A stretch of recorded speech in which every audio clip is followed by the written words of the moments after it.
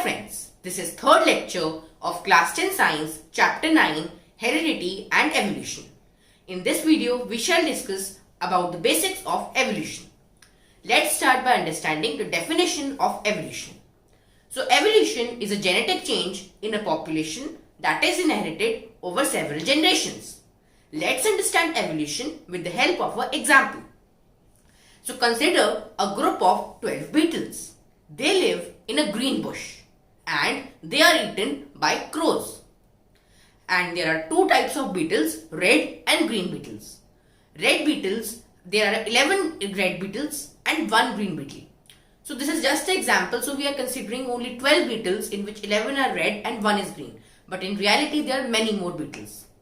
So the crow can easily identify the red beetles in the green bush and eats them.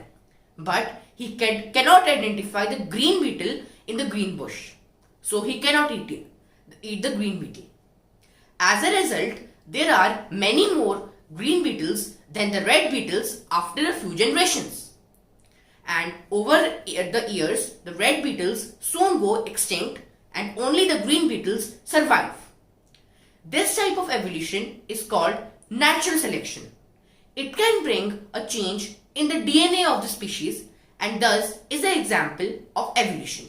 So for evolution, the golden rule is that there should be a change in the DNA of the species. Only then we can say that it has evolved.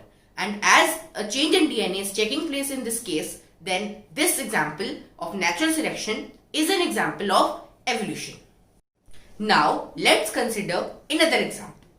So here we have beetles and they feed on the bushes. But the bushes start suffering from a rare plant disease. As a result, the bushes start dying and the amount of food available for the beetles starts to get reduced. And thus the average weight of the beetles gets reduced. So the size of beetles gets smaller as they are not getting enough food to eat. But after a few years, the plant disease is eliminated. The plants start getting restoring and the weight of the beetles increases again. Thus, the size of beetles also gets increased. This is an example of starvation. But in this case, no DNA change happens. Thus, this is not an example of evolution. So, in the first example, a DNA change was taking place. Hence, it is an example of evolution. But in the second example, there is no DNA change and there is just starvation. And this is just an adaptation to the environment. And this is not an example of evolution. So, we have two types of traits, inherited traits and acquired traits. Inherited traits are those which are passed on from generation to generation and they bring a change in the DNA of species. But acquired traits are the traits obtained by an individual during its lifetime and they are not passed from generation to generation and no change in DNA occurs during acquired traits. So inherited traits are a result of evolution but acquired traits are just a result of adaptation to environment and they are not the result of any evolution. Now, the evolution which we studied in these earlier examples were the examples of microevolution. That is, the changes were very small. But speciation is the splitting of a population into two independent species. That is, two different species are formed during speciation which can't interbreed.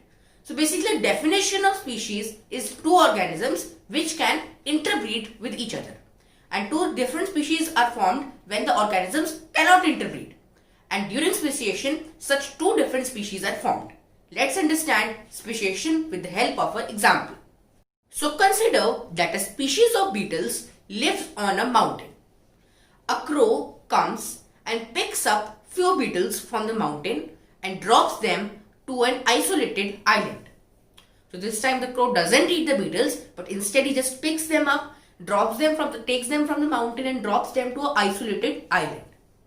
Now these migrant beetles will reproduce with the local beetles in that island and transfer of genes will occur over the generations.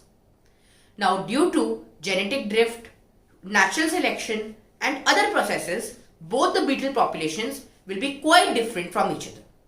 So, the beetle population which are left on the mountain and the new beetles which are formed on this island, they will be quite different from each other, though they originated from the same ancestor.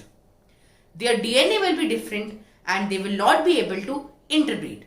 Hence, new species are formed and this process is called speciation. This was all about the basics of evolution, and now it is the time for a fact. So, Charles Darwin was the scientist who came up with the idea of evolution by natural selection. Gregor Mendel was also working on this at the same time, but they didn't know each other. So I hope that you enjoyed the video. In the next video, we shall learn more about evolution. Thank you.